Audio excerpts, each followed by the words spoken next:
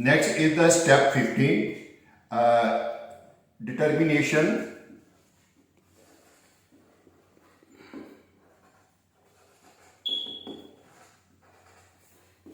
of maximum specific gravity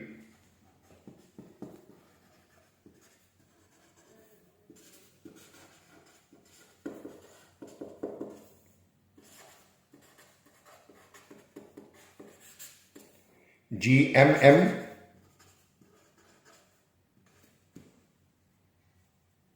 for HMA development.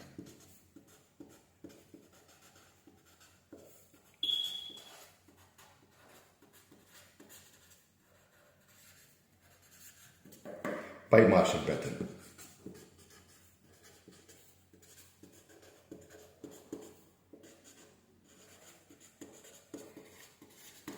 Here I would like to tell you one thing. Before we start the mix design, we have to determine the value of GMM at 2 points.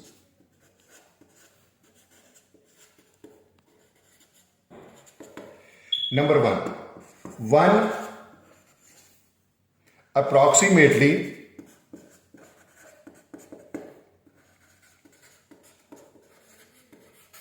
at the binder content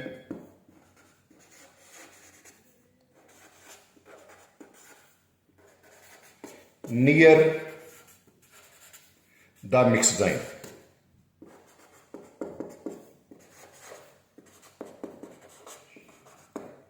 Second, with binder content higher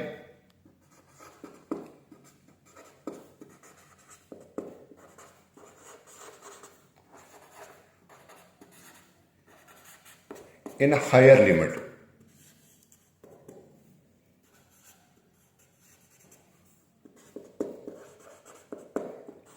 So it means I will determine the specific gravity and assume it will be near to my mixer and other binder content with a higher limit.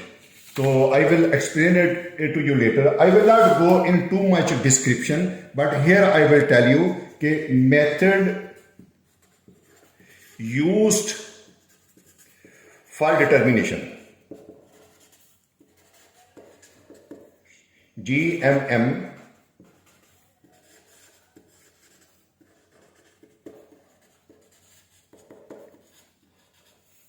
is ASTM D 2041 or AASHTO T209. Now, whatever the two conditions I told you, okay, I will try to find out the value of this GMM at 3.5% percentage of bitumen and other little higher than means ke here I will try to find out the value of this binder at 4%. I am not going to narrate too much about the standard because I have already explained all the procedure for the development of this according to this standard, the determination of the GMM. Here I will just tabulate the value which is required in order to develop the mix design. So you see, this is the table in front of me. It is the 3.5% and it is the 4%. And how much mass of the sample is taken? It will be equal to 2592 gram. And next, with the 4% bitumen content, it will be equal to 2606 gram. Now you know, when this sample is put in the desiccator, this desiccator is like this one. First of all, this desiccator, it is completely immersed in water. There, when it is completely immersed in water, then what will be the weight of the desiccator in water?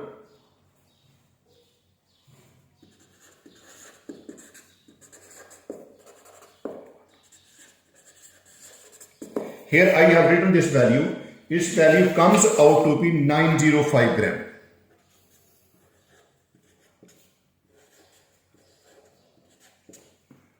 This is the constant for both. Now you know, now there is the sample inside, loose sample. And we have applied the vacuum 27 millimeter for HG for 17 minutes. Then after that we are removing air inside, it become wireless.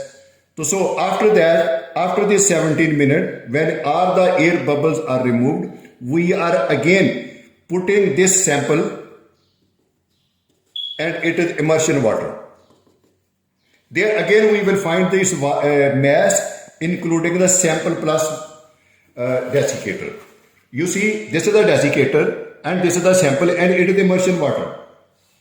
So here its mass comes out to be 2540.2 and next 2540.4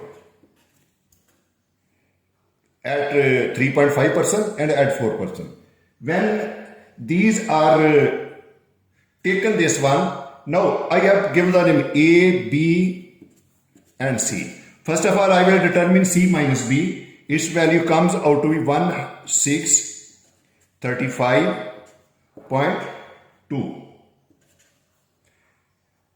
And next, here I will like to tell you one thing.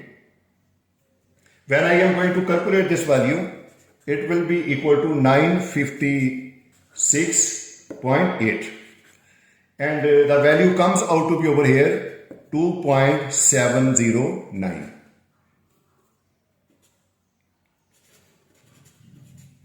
0.4 and here 0.6 and this value comes to 2.685. So here these are the two values of these specific gravities, GMM. So this GMM at 3.5 and this is the second GMM at 4%. So we have determined these two values and I am not going to average this value because I have to use this value further for the calculation. So up to now you just understand that as per AASHTO T209 or ASTM D 2041, we have determined the specific gravities at each percentage of the bitumen. And how can you guess it that our calculation is right or wrong? So mark my word. When the bitumen is in less quantity, the value of GMM would be more. When the bitumen is going to increase in percentage or quantity, the value of GMM would be less. So that is why we can say that these two values are really acceptable. So anyway, we have to use these two values for our further calculation, which I will show you when I will make the calculation of an other value, and that other value I will show you in my next video. So mark my word, because I have explained many times how will we use this value of GMM by these two methods. My video in my previous lectures have explained it very well. Here you just concentrate upon this calculation. Thank you very much for seeing this.